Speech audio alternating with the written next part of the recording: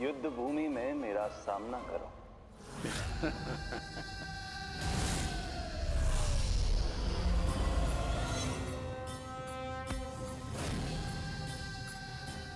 ये नहीं जानते कि इनसे ना हारने का वरदान तो मैं पहले ही प्राप्त कर चुका हूँ।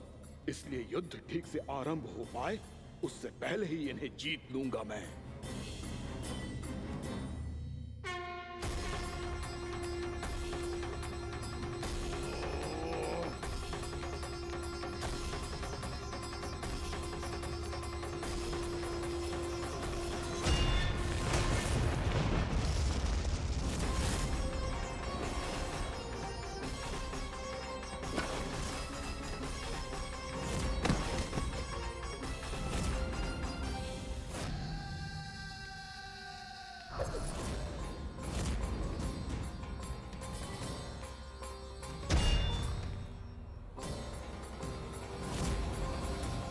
और इस प्रकार ये युद्ध वर्षों वर्षों तक चलता रहो। दोनों योद्धा पूरे ब्रह्मांड में अनेक अस्त्रों शस्त्रों के साथ युद्ध करते रहे।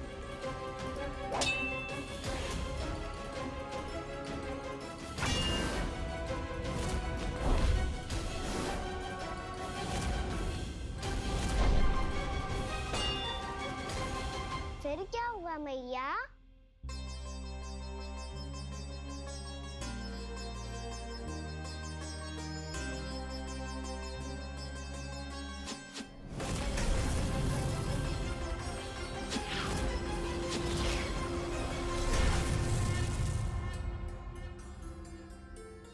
उस युद्ध को कभी समाप्त हुआ हो, पर कैसे?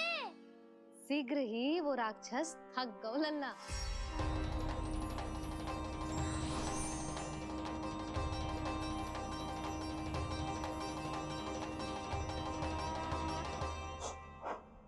खड़े खड़े देख क्या रहे हैं नारायण?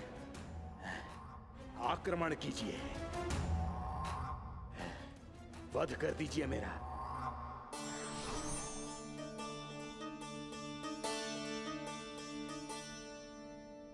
मैं तुम्हारी वीरता से प्रभावित हूं, इसीलिए इतनी थकान की स्थिति में मैं तुम जैसे वीर पर आक्रमण नहीं करूंगा। जाओ विश्राम करो। यदि फिर से युद्ध करने की इच्छा हो तो तुम्हारा स्वागत होगा।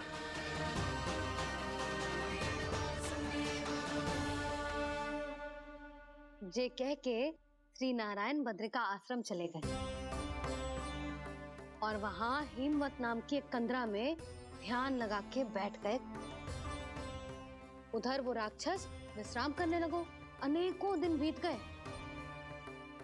और अब वो राक्षस मूरा फिर से स्वस्थ होके बलवान हो गया था। उसने अपनी सारी शक्ति फिर से प्राप्त कर ली थी। श्री नारायण ने उस पर दया करी थी, पर वो फिर से श्री नारायण को छलने को तैयार होगा।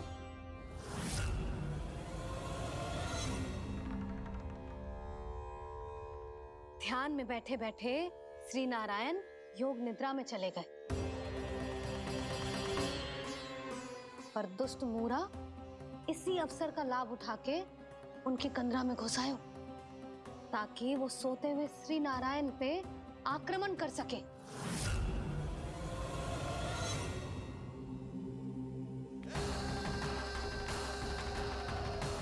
आज इस लंबे युद्ध को जीतकर अपने इस अंतिम शत्रु का भी अंत कर दूंगा मैं।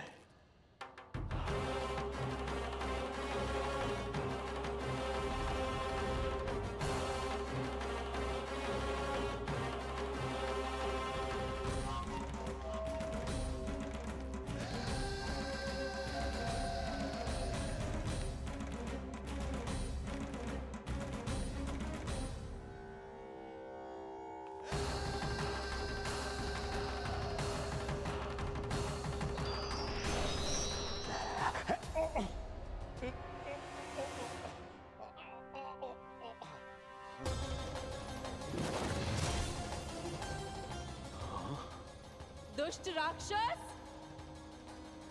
प्रभु ने तुझ पर दया की तुझे संभलने का अवसर दिया, तू इन्हीं पर ही छल से वार करने चला है।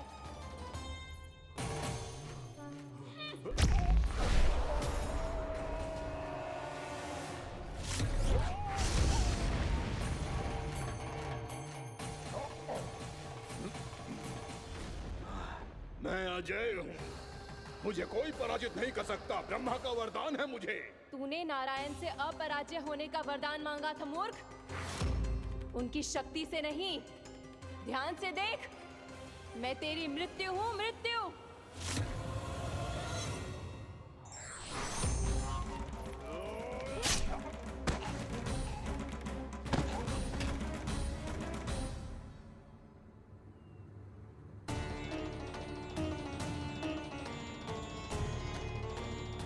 वो देवी कौन थी छोटी माँ?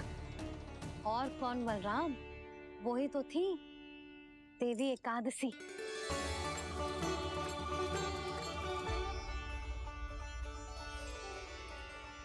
मुझे क्षमा कीजिए प्रभु, आपकी आज्ञा के बिना ही युद्ध करके आपके शत्रु को मृत्यु के घाट उतार दिया।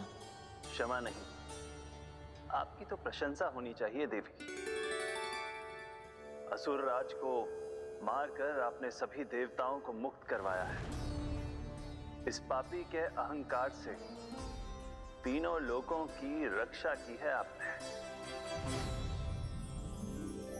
आप एकादशी की तिथि पर मेरी एकादश इंद्रियों से उत्पन्न हुई हैं। इसीलिए मेरे सभी भक्त आपको उत्पन्न एकादशी के नाम से जानेंगे। सभी तिथियों में आपका स्थान सर्वश्रेष्ठ होगा। जिस तरह आपने राक्षस के आक्रमण से मेरी रक्षा की है, उसी प्रकार एकादशी के दिन व्रत करके जो भी भक्त आपकी कथा सुनेगा, मैं स्वयं उसकी रक्षा करूंगा।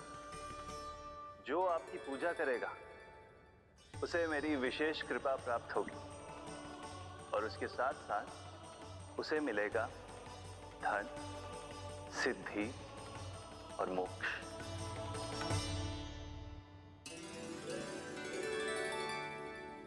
इसीलिए आज के दिन व्रत रखने का बहुत अधिक महत्व होता है। बोलो एकादशी मैया की जय। बोलो श्री नारायण भगवान की जय।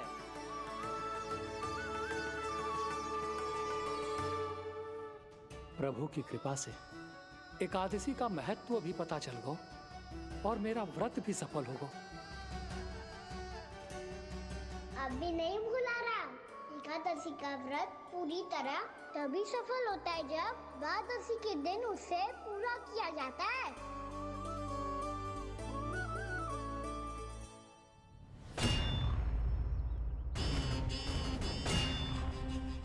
आवश्यक है आपको यह आभास होना कि उस विष्णु अवतार को पराजित करने के लिए आपके साधारण योद्धाओं में वो सामर्थ्य नहीं है। वो विष्णु अवतार कुछ अधिक ही असाधारण है।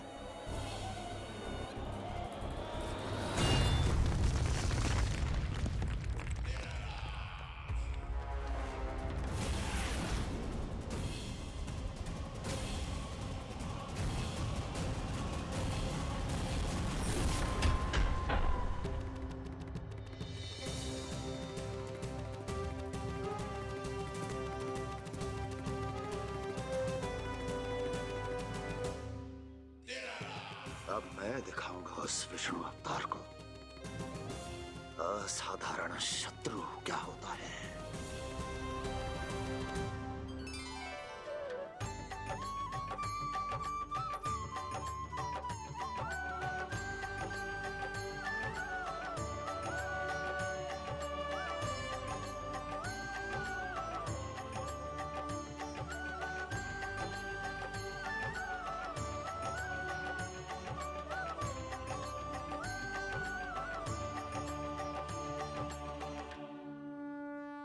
मामा अधीर हो रहे हैं, पर मैया ने मुझे अभी तक बाहर जाने की आज्ञा नहीं दी है। अभी उन्हें किसी और राक्षस को यहाँ भेजने से रोकने के लिए मुझे कुछ करना होगा।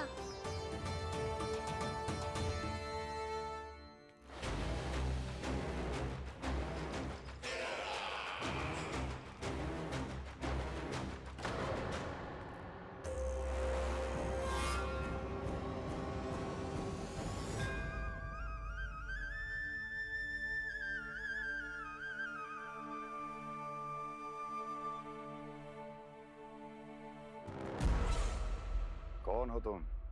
बचपन से ही मुझे मारने का सपना देख रहे हैं, फिर मुझे ही नहीं पहचानते।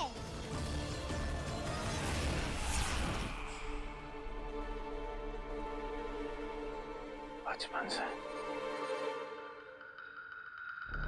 विष्णु अवतार। कोई गाना बुलाता है तो कोई मुरलीधर पुकारता है, कोई माखन चोर कहता है, कोई कहता है चिच्चोर। पर विष्णु अवतार इस नाम से तो बस आप ही मुझे बुलाते हो मामा जी। इतना साहस, ये तो यहाँ आ गया।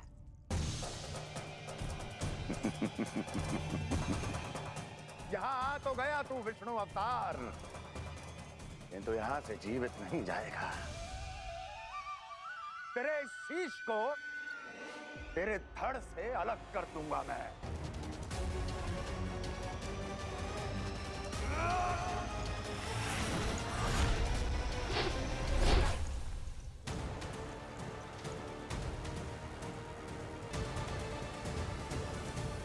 वहाँ कहाँ देख रहे हो मामा जी? मैं तैयार हूँ।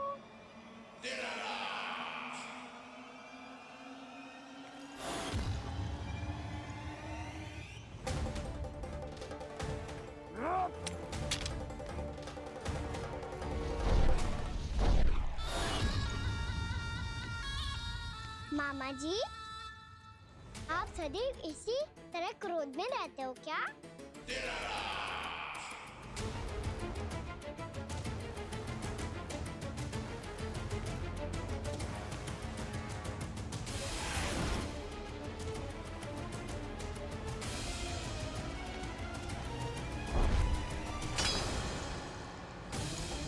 छोड़, छोड़ मेरी तलवार को। छोड़ो तो तब जब पकड़ा हूँ।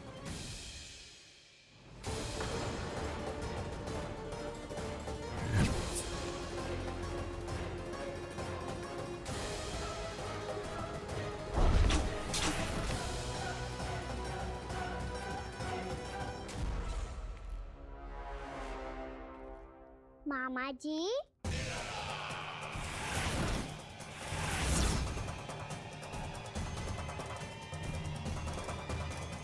आप थक गए होंगे, थोड़ा विश्राम कर लो।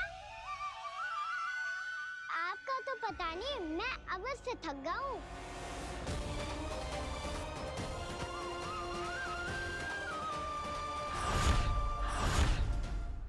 मेरे सिंहासन पर बैठने का तू साहस। अभी तो बस अभ्यास कर रहा था मामा जी, भविष्य में मुझे तो बैठना है यहाँ।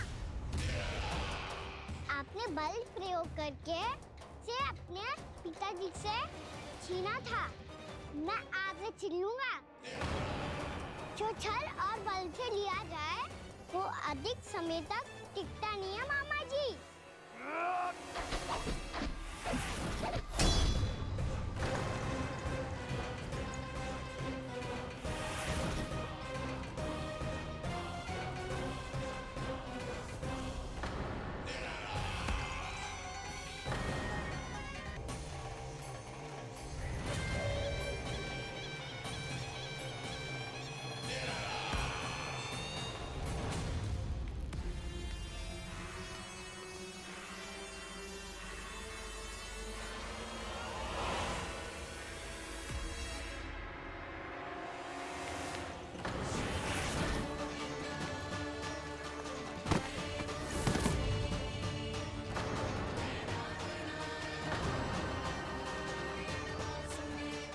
शीघ्र ही आपको ये सिंहासन छोड़ना होगा।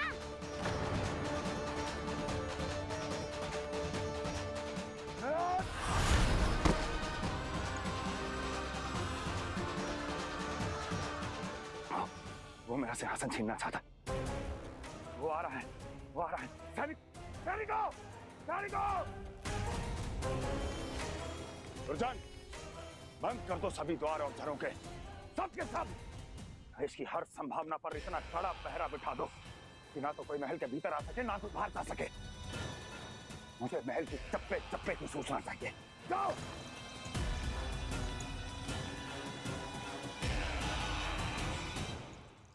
सिंहासन।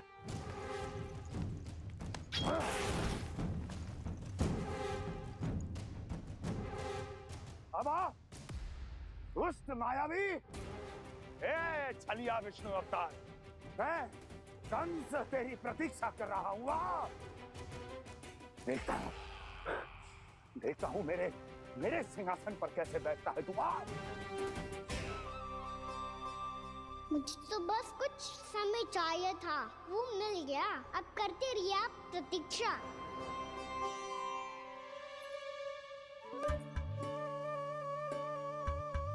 जी अपने आप से बातें क्यों कर रहे हैं जी?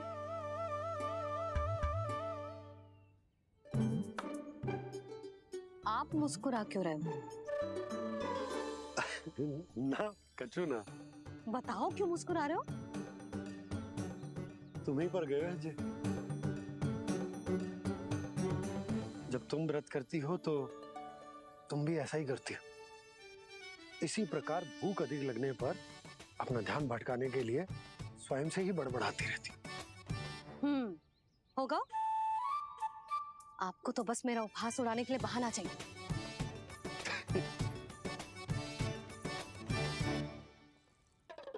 लल्ला, भूख लगी है?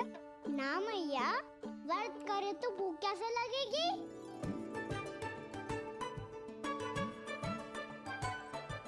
यदि लगी हो तो छोटे बालकों को थोड़ी बहुत भूल चूक क्षमा होती है। कछु ना तो फल तो तू खा ही सकते है। अब तो पूरे नियम और विधि विधान से व्रत तोड़ूंगा। कल द्वादशी के सुबह मुहूर्त के अनुसार। ठीक।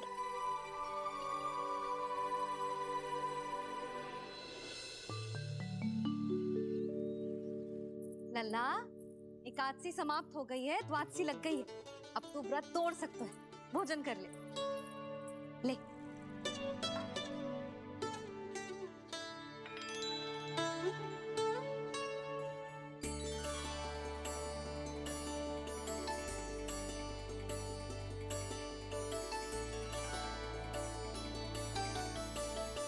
आज तो कार्य कर लीजिएगा।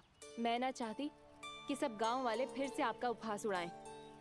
अरे, इसी क्षण कार्य आरंभ करना आवश्यक ना है। कुछ खा तो लो। कल भी पूरे दिन व्रत में रहे, अब तो कुछ खा लो। ना, अभी बिल्कुल भूख ना है। और हाँ भगवान, तुम्हें चिंता करने की आवश्यकता नहीं है। आज मैं किसी को भी 2 शब्द कहने का अवसर नहीं दूंगा। अरे, कुछ खाओगे पियोगे नहीं तो कैसे रहोगे?